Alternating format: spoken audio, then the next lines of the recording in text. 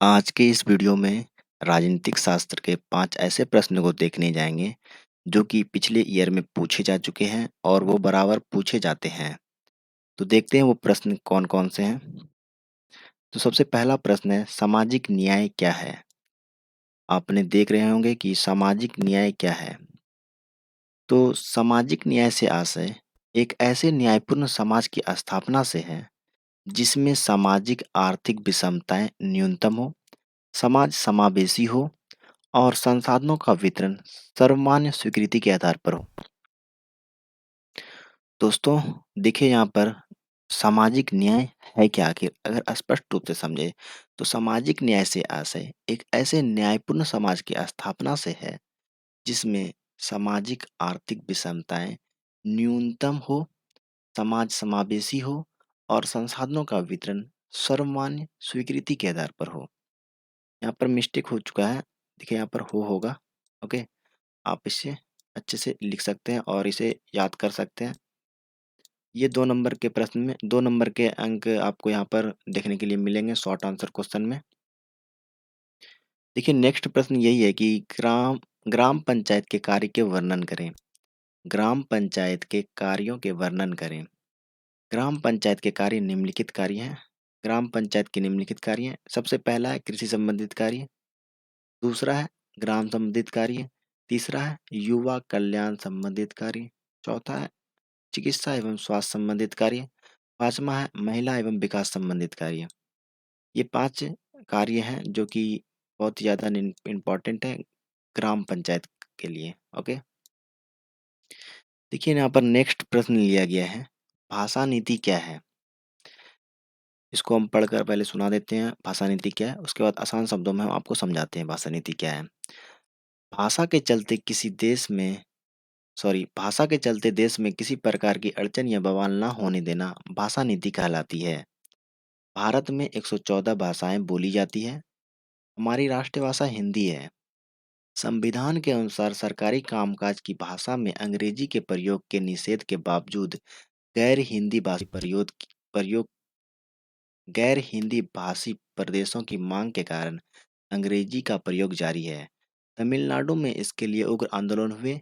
इस विवाद को सरकार ने हिंदी या अंग्रेजी भाषा के प्रयोग को मान्यता देकर सुलझाया। देखिए भाषा नीति एक्चुअल में है क्या?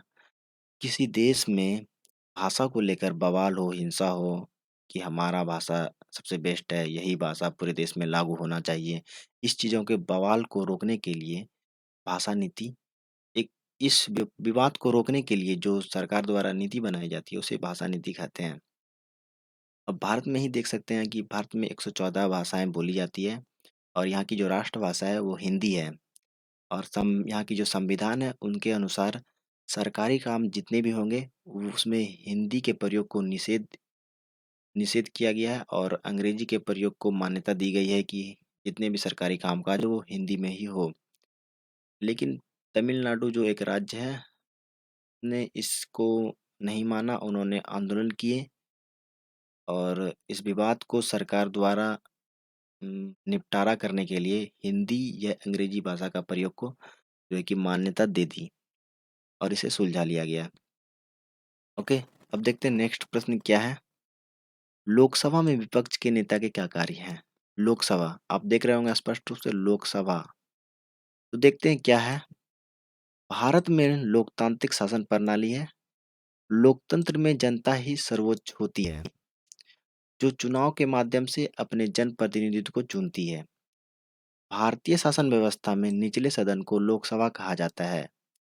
लोकसभा चुनाव में जिस किसी दल को 2/3 बहुमत मत प्राप्त नहीं होता है, उसे विपक्ष में बैठना पड़ता है।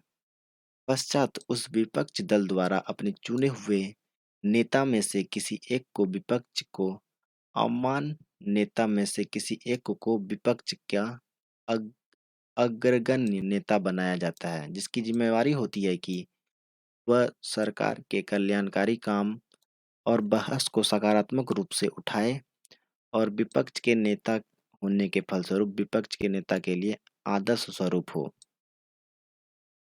देखिए जो एक्चुअल में जिसका मतलब है यही है कि लोकसभा के विपक्ष के नेता होते क्या हैं कि भारत में जो है कि निचले सदन को लोकसभा कहा जाता है और इसका चुनाव जनता द्वारा इसके चुनाव जो है कि चुनाव के माध्यम से जनप्रतिनिधि चुना जाता है।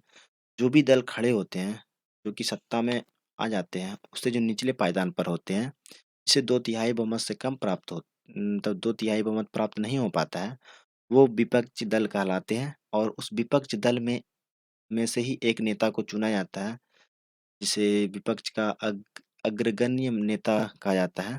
उसकी ज़िम्मेवारी यही होती है कि वो सरकार जो भी कल्याणकारी काम या फिर बहस को सकारात्मक रूप से उठाए और से उसके को सुलझाए और उसमें जो कमियाँ हैं वो उस पर बहस चले, यही उसका कार्य होता है एक्चुअल में।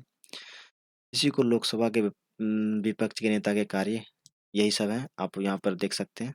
अब देखते हैं नेक्स्ट प्रश्न क्या है? गुटनिरपेक्ष आंदोलन क्या है? गुटनिरपेक्ष आंदोलन क्या है?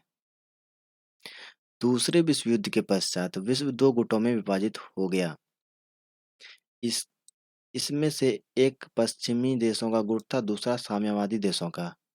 दोनों महाशक्तियों ने भारत को अपने पीछे लगाने के काफी प्रयास किए, परंतु भारत ने दोनों ही प्रकार के सैनिक गुटों से अलग रहने का निश्चय किया और तय किया कि वह किसी सैनिक संगठन की सदस्य नहीं बनेगा, स्वतंत्र विदेश नीति अपनाएगा तथा प्रत्येक राष्ट्रीय महत्व के प्रश्न पर स्वतंत्र तथा निष्पक्ष रूप से विचार करेगा। यही गुटनिरपेक्षता है। देखिए, दूसरे विश्व युद्ध जैसे ही खत्म हुए उसके बाद शीत युद्ध का दौर चला और उसमें आपको पता ही होगा कि दुनिया जो है कि 2 गुटों में बढ़ती जा रही थी। एक गुट था पश्चिमी देशों का, एक गुट था पूर्वी देशों का।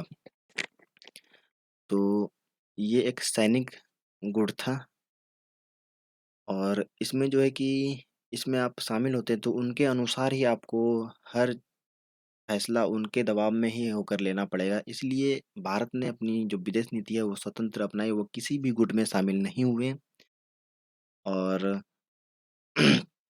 जो अपनी राष्ट्रीय महत्व की चीज़ें थी, उसके प्रश्न पर वो स्वतंत्र तथा निष्पक्ष होकर अपना विचार रख पाएँ और इसी इसी विचार को गुटनिरपेक्षता की नीति कहा जाता है। ओके, आप लिख सकते हैं ये 2 नंबर के प्रश्न में आपको पूछ लिए जाते हैं 2 नंबर अंक में।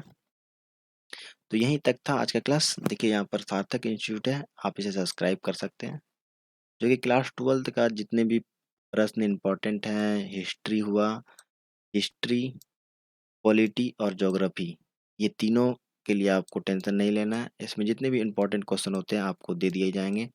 ये प्रश्न काफ़ी ज़्यादा इम्पोर्टेंट है। ओके, जितने भी प्रश्न हैं सब इम्पोर्टेंट हैं, पर जो इम्पोर्टेंट है सिर्फ़ वही लेकर यहाँ पर आएँगे हम। ओके, इसलिए इस चैनल को आप सब्सक्राइब कर सकते हैं। Thank you for watching the video. मिलते हैं नेक्स्ट वीडियो में।